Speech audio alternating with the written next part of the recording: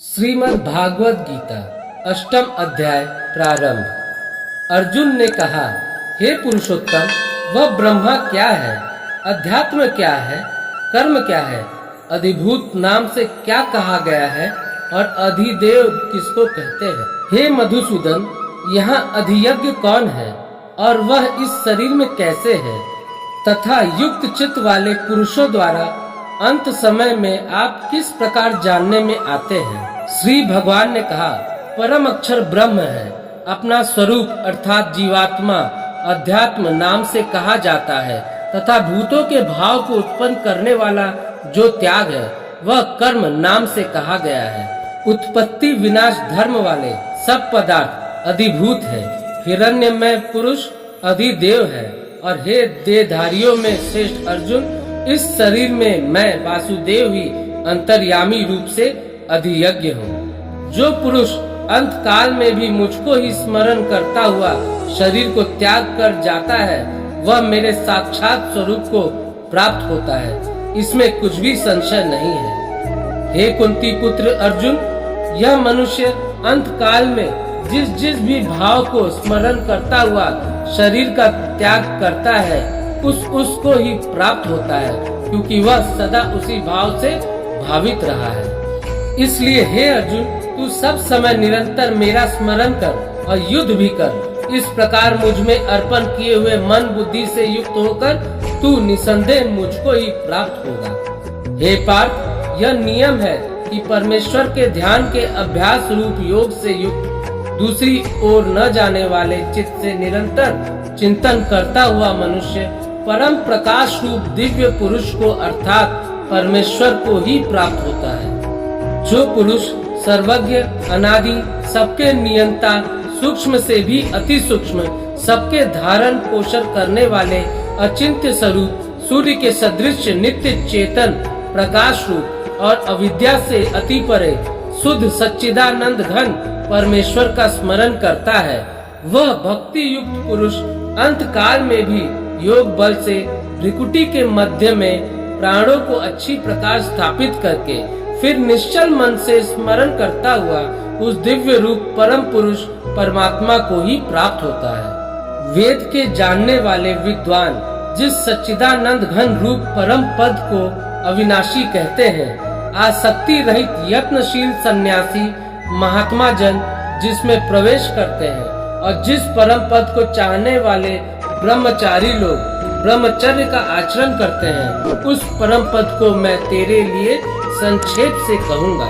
सब इंद्रियों के द्वारों को रोककर तथा मन को हृदय में स्थिर करके फिर उस जीते हुए मन के द्वारा प्राण को मस्तक में स्थापित करके परमात्मा संबंधी योग धारणा में स्थित होकर जो पुरुष ओम इस एक अक्षर रूप ब्रह्म को उच्चारण करता हुआ और उसके अर्थ स्वरूप मुझ निर्गुण ब्रह्म का चिंतन करता हुआ शरीर को त्याग कर जाता है, वह पुरुष परम गति को प्राप्त हो जाता है।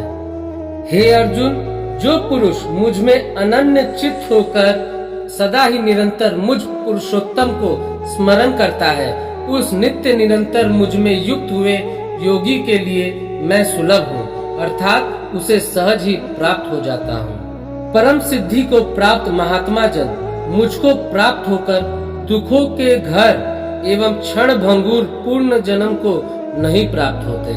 हे अर्जुन, ब्रह्म लोक प्रयत्न सब लोग पुनरावर्ती हैं, परंतु हे कुंती पुत्र, मुझको प्राप्त होकर पुनर्जन्म नहीं होता, क्योंकि मैं कालातीत हूँ और ये सब ब्रह्मादि के लोग काल के द्वारा सीमित होने से अनित्य है। ब्रह्मा का जो एक दिन है उसे 1000 चतुर्युगी तक की अवधि वाला और रात्रि भी 1000 चतुर्युगी तक की अवधि वाली जो पुरुष तत्व से जानते हैं, वे योगी जन काल के तत्व को जानने वाले हैं। संपूर्ण चराचर भूतगण ब्रह्मा के दिन के प्रवेश काल में अव्यक्त से अर्थात ब्रह्मा के सूक्ष्म शरीर से उत्पन्न होते हैं और ब्रह्मा की रात्रि के प्रवेश काल में उस अव्यक्त नामक ब्रह्मा के सूक्ष्म शरीर में ही लीन हो जाते हैं। हे पार्थ, वही यह भूत समुदाय उत्पन्न होकर प्रकृति के वश में हुआ रात्रि के प्रवेश काल में लीन होता है और दिन के प्रवेश काल में फिर उत्पन्न होता है। उस अव्यक्त से भी अति परे दूसरा अर्थात विलक्षण जो सनातन अव्यक्त भाव है, वह परम दिव्य पुरुष सब भूतों के नष्ट होने पर भी नष्ट नहीं होता। जो अव्यक्त अक्षर इस नाम से कहा गया है, उसी अक्षर नामक अव्यक्त भाव को परम गति प्राप्त है तथा जिस सनातन अव्यक्त भाव को प्राप्त होकर मनुष्य वापस नहीं आते, वह मेरा परम धाम है।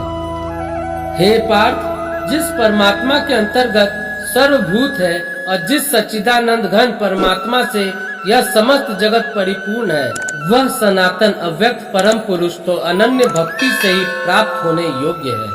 हे अर्जुन, जिस काल में शरीर त्याग कर गए हुए योगी जन तो वापस न लौटने वाली गति को और जिस काल में गए हुए वापस लौटने वाले ये गति को ही प्राप्त होते हैं, उस काल को अर्थात दोनों मार्गों को कहूँगा।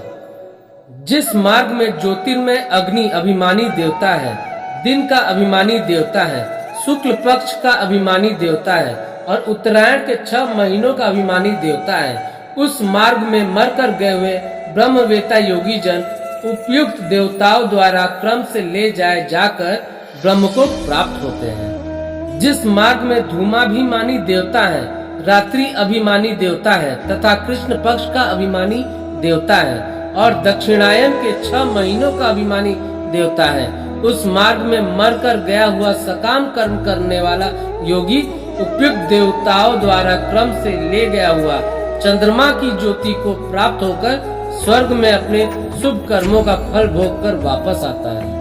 क्योंकि जगत के ये 2 प्रकार के शुक्ल और कृष्ण अर्थात देवयान और पितृयान मार्ग सनातन माने गए हैं। इनमें एक के द्वारा गया हुआ जिससे वापस नहीं लौटना पड़ता, उस परम गति को प्राप्त होता है और दूसरे के द्वारा गया हुआ फिर वापस आता है अर्थात जन्म मृत्यु को प्राप्त होता है। हे पार्थ, इस प्रकार इन दोनों मार्गों को तत्व से जानकर कोई भी योगी मोहित नहीं होता। इस कारण हे अर्जुन, तू सब काल में समबुद्धि रूप योग से युक्त हो अर्थात निरंतर मेरी प्राप्ति के लिए साधन करने वाला हो। योगी पुरुष इस रहस्य को तत्व से जानकर वेदों के पढ़ने में तथा यज्ञ तप और दानादि के करने में जो पुण्य फल कहा है, उन सबको निसंदेह उल्लंघन कर जाता है और सनातन परम पद को प्राप्त होता है। इस वीडियो को लाइक और शेयर करें। चैनल को सब्सक्राइब करके बेल आइकन जरूर से दबाएं।